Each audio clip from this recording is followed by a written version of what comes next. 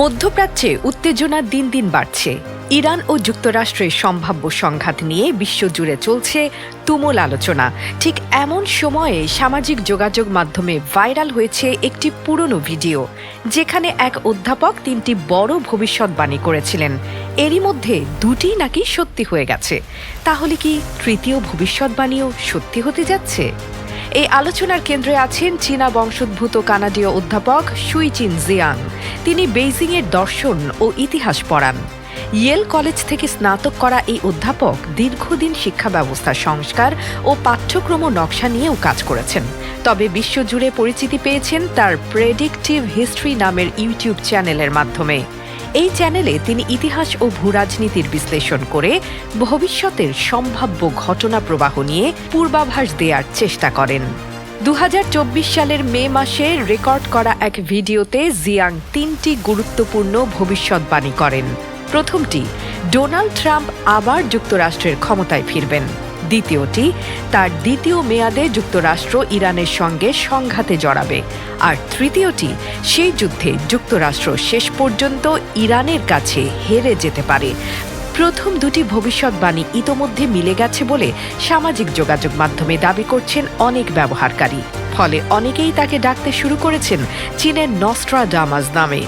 নস্ট্রাডামাস ছিলেন 16 শতকের একজন ফরাসি জ্যোতিষী ও ভবিষ্যৎ বক্তা।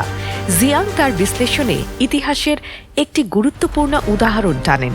তিনি যুক্তরাষ্ট্রের সম্ভাব্য ইরান অভিযানের তুলনা করেন প্রাচীন গ্রিসের সিসিলি অভিযানের সঙ্গে।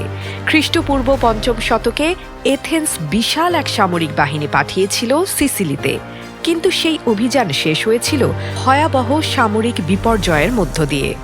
জিয়াংয়ের মতে, বড় শক্তির অতিরিক্ত আত্মবিশ্বাস অনেক সময় বড় পরাজয়ের কারণ হয়ে দাঁড়ায়।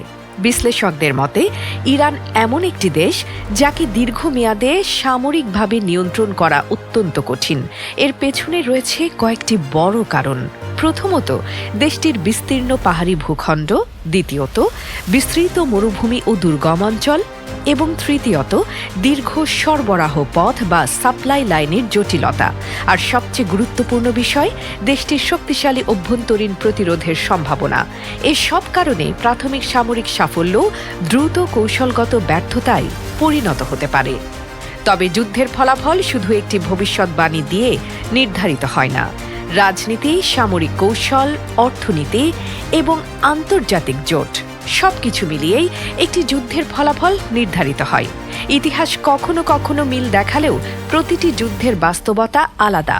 তবু প্রশ্নটি এখানে রয়ে গেছে, যদি সংঘাত সত্যিই বড় আকার নেয়, তবে কি ইতিহাস আবার নিজেকে পুনরাবৃত্তি করবে, নাকি বাস্তবতা নতুন কোনো পথ দেখাবে? এর উত্তর দেবে সময়। বাংলা ভিউজ, আন্তর্জাতিক ডেস্ক।